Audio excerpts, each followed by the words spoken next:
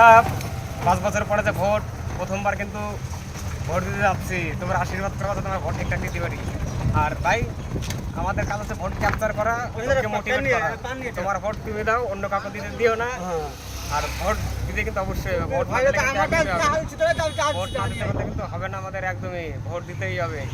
Vote দেওয়া কোথায় এটা বলতে পারবো না, ভোট দেবো কোথায় সেটা আমরা জানি না, কিন্তু ভোট দিবা। ভোট যে কোথায় আমি জানি না, কিন্তু ভোট সবাই সুস্থভাবে ভোটটা দিও।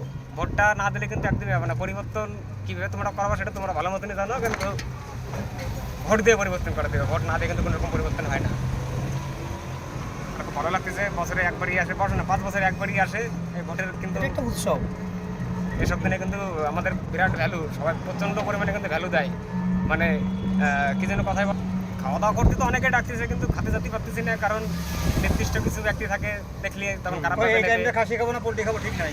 যাই হোক, ভোট দিতে বন্ধুরা যাচ্ছি, আশীর্বাদ করে যাতে ভোট ঠিকঠাক করতে পারি।